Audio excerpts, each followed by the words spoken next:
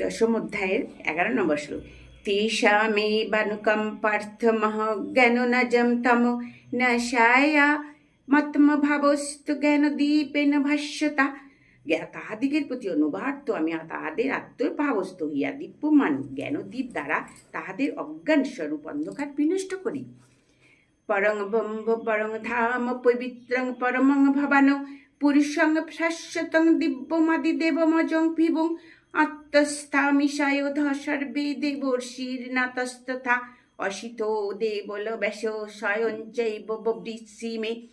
বলছেন, অর্জুন বলিলেন, হে বিভু, আপনি পরম ব্রহ্ম, পরম ধাম, পরম পবিত্র। আপনি স্বয়ং আপনাকে শাশ্বত অর্থাৎ নিত্য পুরুষ আদিদেব জন্মরহিত বিশ্বব্যাপী বলিতেছেন। ঋষিগণ, দেবর্ষি, নারদ, অসিত এবং দেবল ব্যাসদেব ইহারা সকলেই আপনাকে এইরূপ বলিয়া থাকেন।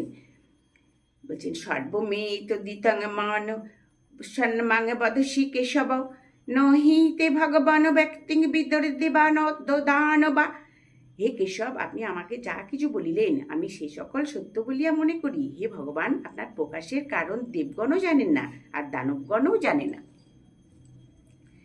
দানবগণও জানে না।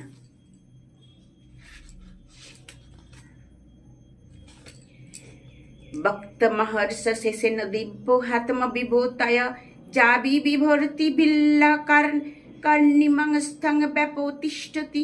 বলছেন, আপনি আপনার যে বিভূতি দ্বারা সমুদয় লোক ব্যাপিয়া অবস্থান করিতেছেন সেই সকল আত্মবিভূতি আমাকে অশেষ প্রকারে বর্ণন করুন। হরে কৃষ্ণ, হরে